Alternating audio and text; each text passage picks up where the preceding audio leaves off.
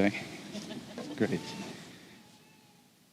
Okay, good morning, church. My name is Kondani Chuma. Try doing it in your spare time. It's taken Beverly 10 years, and she still hasn't got it right, so.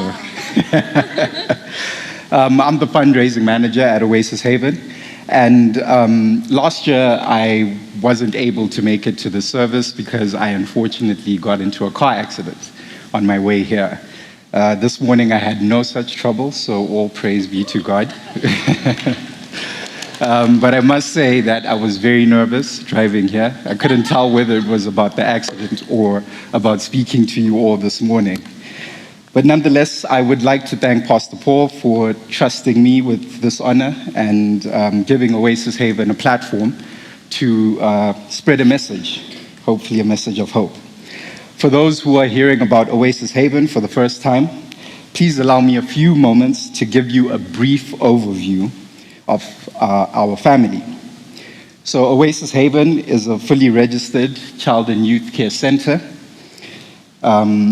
We have two homes, a girls' home and a boys' home, which are literally about 5 minutes. The boys' home is 2 minutes away, and the girls' home is just across the road from here.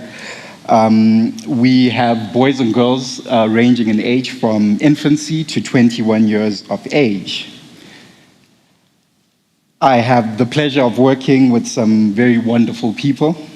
I will start with the child and youth care workers, who are essentially the backbone of what we do. These are the dedicated staff that have the critical role of being the children's primary caregivers. At any time, we have 2 child and youth care workers in each house to ensure that the children's needs are met and that they're emotionally stimulated and safe, primarily from themselves, ironically.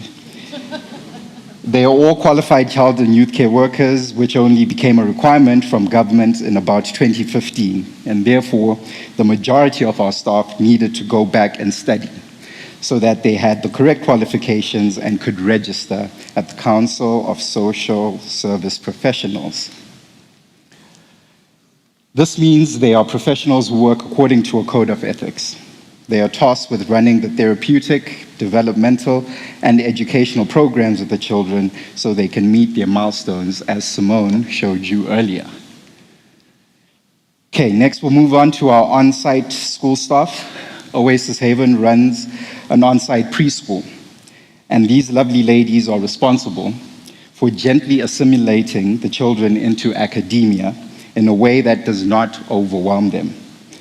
We have found that in some cases our toddlers struggle to thrive in formal preschool settings, so we have a qualified teacher who is supported by 2 assistants, and their role is to make the children hit their mental and physical milestones and that they are ready for big school, as the children have coined it. Okay. Next, we have the management staff. These are the lovely ladies I spend most of my time with, and we form the administrative arm of Oasis Haven. Tasks include fundraising, accounting, social work, and engaging with the Department of Social Development. The main role of this team is to ensure that the organization is compliant across the board, and that we have the staff, and that we and the staff have the resources we need to effectively care for the children. We are led by Beverly, who's seated right in front of me and making me nervous, who is the managing director, and and we are also blessed to have a dedicated board of directors that steer our ship. And then on to the children we serve. As I said at the beginning, Oasis serves 20 children. These remarkable children come to us having faced heartbreaking tragedies, none of which is their fault, but they have to carry these burdens as if it is their fault. Often, this tragic phase of their lives can define them, but our role as an organization is to remove the weight of these tragedies and to illuminate their path to secure a blessed future. This is best expressed in our vision and our mission. Our vision is for every vulnerable child to be in a loving forever family. And our mission is to ensure that every child leaving the care of Oasis Haven does so with the necessary skills, self-confidence, and drive to break the cycle. So when I was asked to give this message, I embarked on a long and winding journey of self-reflection. 2025 will be my 10th year serving these deserving children, and I can easily track the journey of the organization in the 10 years I've served, but a big question dawned on me. How did we get here? How exactly did we get here? What was the initial step that opened the door for God's grace to flow into the lives of our children? I'd like us to turn to our Bibles and to read from the Word of God. So please follow me to James chapter 1, verse 27.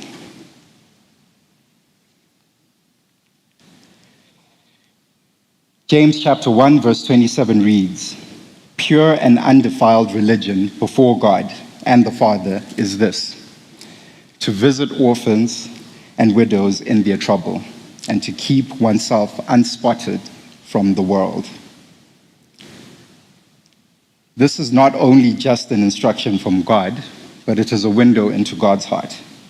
In this verse, we are instructed to support and care for orphans and widows. God knew that orphans and widows would face great challenges in life. I believe that one of the ways in which God blesses those in need is through us, his children. And he, in his expansive and divine wisdom, instructed us to do this so we could be a blessing to those who need it the most. Oasis Haven was born in the year 2000 and was formed by two members of this very church. The vision was supported by New Creation, which chose to be obedient to the instruction given to us in the book of James. This act of obedience required great faith. Starting an organization of this nature is not easy, nor does it get easier at any point thereafter, simply because there are many unknowns that lie ahead. At the time, the government had a policy that blocked the registration of children's homes, citing that they were not a priority. So to go around this, Oasis Haven employed staff members who were screened as foster parents. So the court was able to place the children legally in their care. The irony is that the government not prioritizing the registration of children's homes happened at a time when many children were being abandoned and/or orphaned due to the AIDS pandemic. This way of caring for the children came with its own challenges, but through God's grace, Oasis Haven was able to help many children in their time of desperate need. Taking care of these children while dancing to the tune of government policy and regulation, in hindsight, was evidence of God's will and his hand guiding this complicated process. Many organizations stumble at the registration phase simply because of the requirements and red tape involved. Many have the vision of an organization that serves those in need, but the work needed to set this up can be overwhelming and very frustrating. So great work is required to pull this off. Though costs at that time were relatively low in the first few years, Oasis Haven survived on goodwill. The organization was functioning from hand to mouth to the extent that in some cases, the chairperson of the board would sometimes have to pay salaries out of his own pocket. Oasis Haven was officially registered as a children's home 5 years later after the vision was born. A 5-year process of uncertainty. I can only imagine the type of faith required to continue. I imagine it to be similar to riding a bicycle uphill on a mountain filled with mist. So you can't really see where you're going, but you're struggling to go up nonetheless. This shows the faith and determination of the people involved at the time. James 1 verse 17 reads, "Thus also faith by itself, if it does not have works, is dead." Faith in the vision of Oasis Haven was one thing, but it required work. It required work for God to lead the founding members of the organization as a cloud by day and as a pillar of fire by night. As I was reflecting, I was overwhelmed by the faith required to start this organization and also by the sheer force of work required to get it up and running. Now that the organization had been founded and established as a legal entity, the real work began. From one tiny baby being in our care in December 2000 to a total of 118 children moving through our homes. 44 have been adopted, and 9 have gone into foster care. Thank you.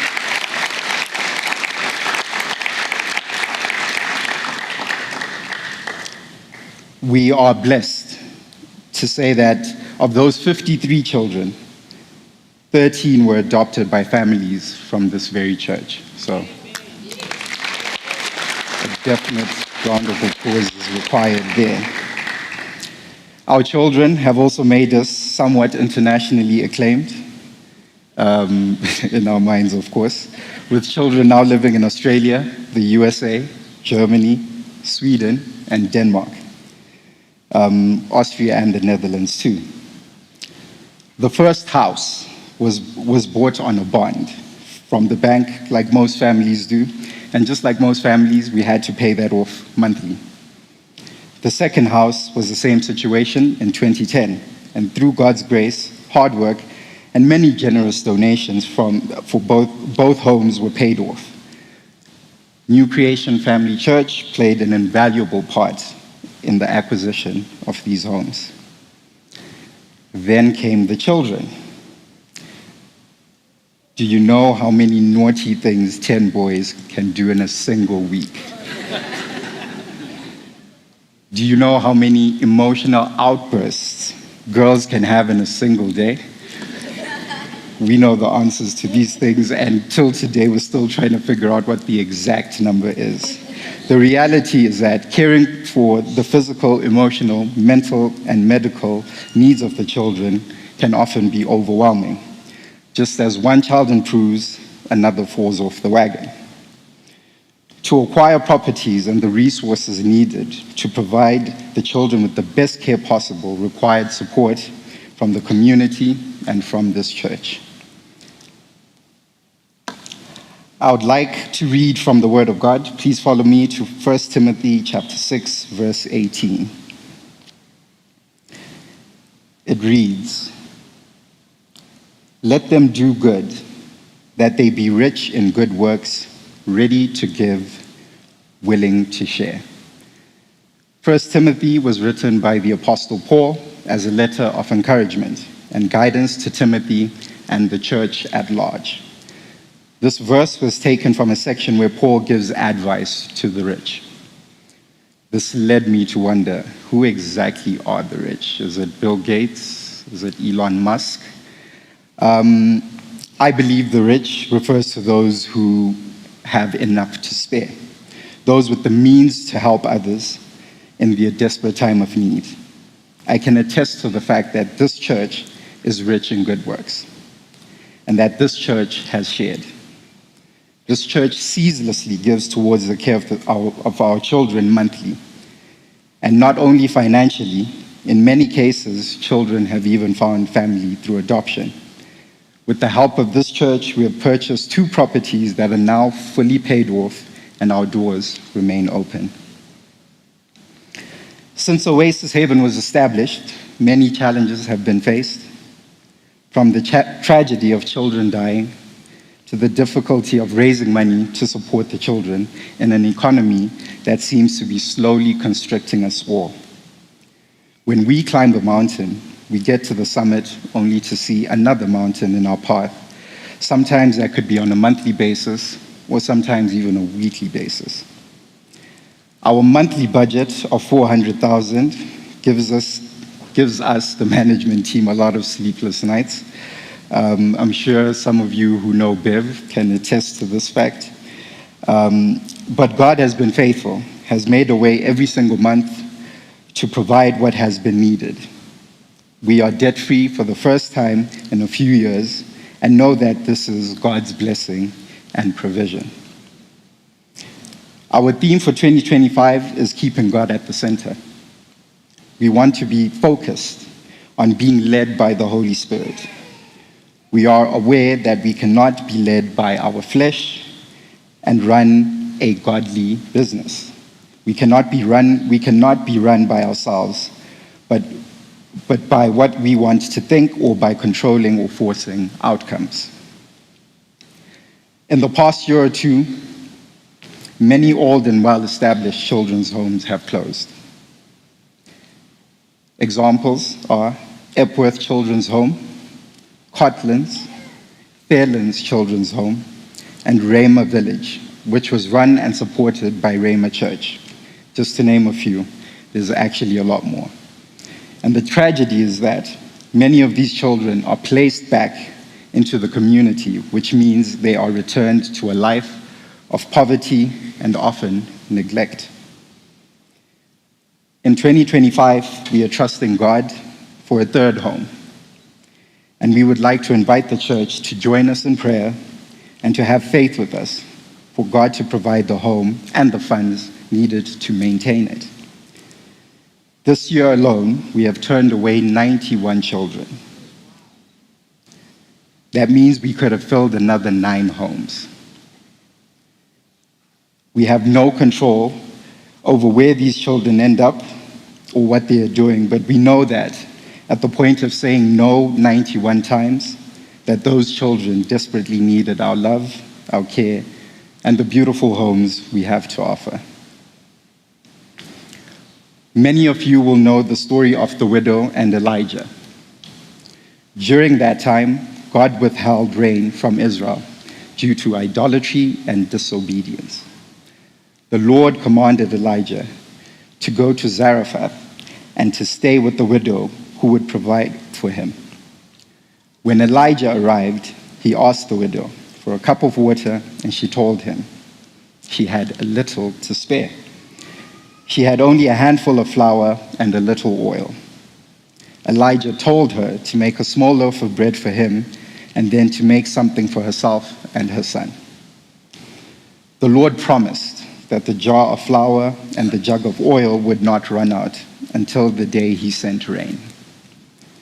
The widow obeyed Elijah, and the family had enough food for a long time.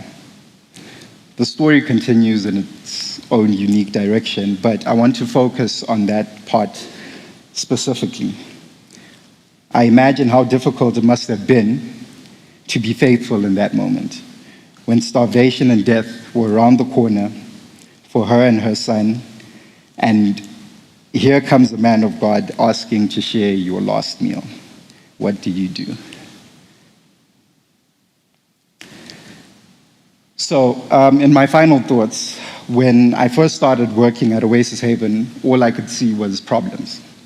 The need for money, the need for financial stability, the need for more homes. Sometimes I even felt hopeless and lost, to the point of even wondering, how long will things continue like this? Surely something has to give. Because, pressure bursts pipes, right? Over the past 10 years, my outlook has changed. And that coincides with my personal encounter with God and a newfound dedication to being a servant of the kingdom. I now see God's blessings and God's favor overflowing with regards to Oasis Haven and what He has planned for the future.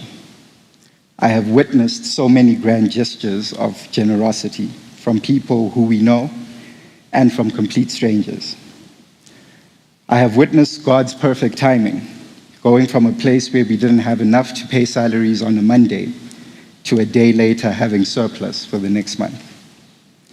I have witnessed the miracle of a little girl who doctors had said would never walk or talk, to that very girl jumping on a trampoline while saying, "Good morning, sweetie pie," to me as I drive in the morning. Now I understand that I am fortunate to work in a place where I get to experience God every day. The reality is this, though. Yes, we need money. Lots of it, actually. We still need more homes. The challenges are still there. But what started as a calling for two has turned into a true haven for vulnerable children and an oasis for orphan children. Yes, it isn't always perfect, and yes, we don't always get it right. But I am comforted by the fact that Oasis Haven has made a difference in the lives of many. So even though for 24 years we have had only a little flour and a little oil in our jars, God has continued to be faithful and to provide month after month, year after year. And we continue to hold on to that faith, to hold on to God's initial word, which is to care for orphaned and vulnerable children. All God requires of us is to be faithful servants. I want to encourage someone today to wrestle with God and to figure out what that means. It's sometimes a painful process, but I know God will guide your mind's eye towards the answers you seek. Our part is to obey. May God bless you all abundantly for what you have done for these children. It's a miracle in itself. Thank you.